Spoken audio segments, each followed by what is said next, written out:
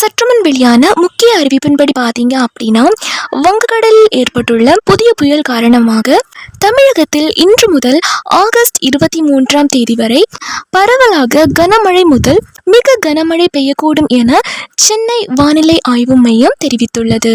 So இதில் எந்தெந்த மாவட்டங்களில் கனமழை பெய்யக்கூடும் என்பதை பற்றியும் தமிழகத்தில் எந்தெந்த பள்ளி கல்லூரிகளுக்கு விடுமுறை அளிச்சிருக்காங்க அப்படிங்கிறத பற்றியும் இந்த வீடியோவில் டீட்டெயில்டாக நம்ம பார்க்கலாம். ஸோ வீடியோவை நீங்கள் கடைசி வரைக்கும் முழுசாக பாருங்கள். அப்போ தான் என்ன சொல்கிறோம் அப்படிங்கிறது உங்களுக்கு புரியும். நீங்கள் இப்போ தான் புதுசாக டிடி தமிழ் அப்டேட்ஸ் சேனலை பார்க்குறீங்க அப்படின்னா இப்போவே சப்ஸ்கிரைப் பண்ணிக்கோங்க.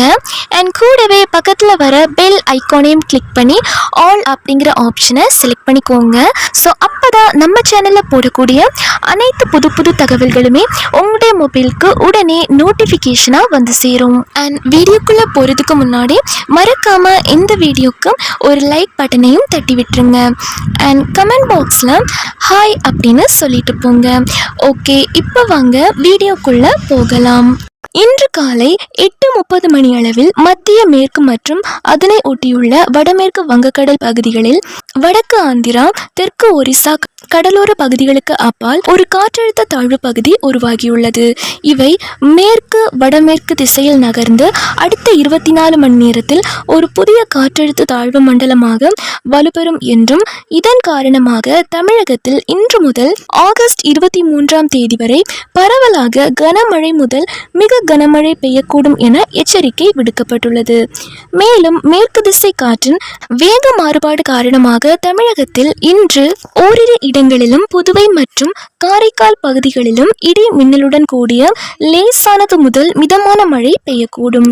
ஓரிரு இடங்களில் பலத்த தரைக்காற்று மணிக்கு 40 முதல் 50 கிலோமீட்டர் வேகத்தில் வீசக்கூடும். கோயம்புத்தூர் மற்றும் நீலகிரி மாவட்டத்தின் மலை பகுதிகளில் ஓரிரு இடங்களில் கன முதல் மிக கனமழை பெய்யக்கூடும். மேலும் இன்று இரவு வரை செங்கல்பட்டு, திருவள்ளூர், சென்னை, காஞ்சிபுரம், ராணிப்பேட்டை, விழுப்புரம், வேலூர், திருவண்ணாமலை, கள்ளக்குறிச்சி, அரியலூர், திருச்சி, கடலூர், பெரம்பலூர், திருவாரூர், தஞ்சாவூர், நாகப்பட்டினம், தர்மபுரி, கிருஷ்ணகிரி, புதுக்கோட்டை, திருப்பத்தூர், மயிலாடுதுறை, நீலகிரி, திருப்பூர், சேலம், தேனி, மதுரை, தென்காசி, கோயம்புத்தூர், திருநெல்வேலி, திண்டுக்கல், கன்னியாகுமரி, புதுச்சேரி, காரைக்கால் ஆகிய மாவட்டங்களில் மிதமான மழை பெய்யக்கூடும். நாளை தமிழகத்தில் ஓரிரு இடங்களிலும் புதுவை மற்றும் காரைக்கால் பகுதிகளிலும் இடி மின்னலுடன் கூடிய லேசானது முதல் மிதமான மழை பெய்யக்கூடும்.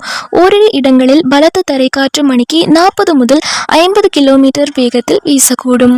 ஆகஸ்ட் 19 முதல் ஆகஸ்ட் 23ஆம் தேதி வரை தமிழகத்தில் ஓரிரு இடங்களிலும் புதுவை மற்றும் காரைக்கால் பகுதிகளிலும் லேசானது முதல் மிதமான மழை பெய்யக்கூடும். சென்னை மற்றும் புறநகர் பகுதிகளில் பொறுத்தவரை இன்றும் நாளையும் வானம் ஓரளவு மேகமூட்டத்துடன் காணப்படும். நகரின் ஒரு சில பகுதிகளில் இடி மின்னலுடன் கூடிய லேசானது முதல் மிதமான மழை பெய்ய வாய்ப்புள்ளது. அதிகபட்ச வெப்பநிலை 33 டிகிரி டு 34 டிகிரி செல்சியஸை ஒட்டியும் குறைந்தபட்ச வெப்பநிலை 26 டிகிரி டு 27 டிகிரி செல்சியஸை ஒட்டியும் இருக்கக்கூடும் என்றும் தெரிவிக்கப்பட்டுள்ளது. ஒரு சில இடங்களில் பலத்த காற்றுடன் கூடிய கனமழை பெய்யக்கூடும் என்பதால் பள்ளி கல்லூரிகளுக்கு கனமழை தீவிரத்தை பொறுத்து அந்தந்த மாவட்டங்களில் பள்ளி கல்லூரிகளுக்கு அந்தந்த மாவட்ட ஆட்சியர்கள் பள்ளி கல்லூரிகளுக்கு விடுமுறை அளிப்பார்கள் அப்படின்னும் சொல்லியிருக்காங்க.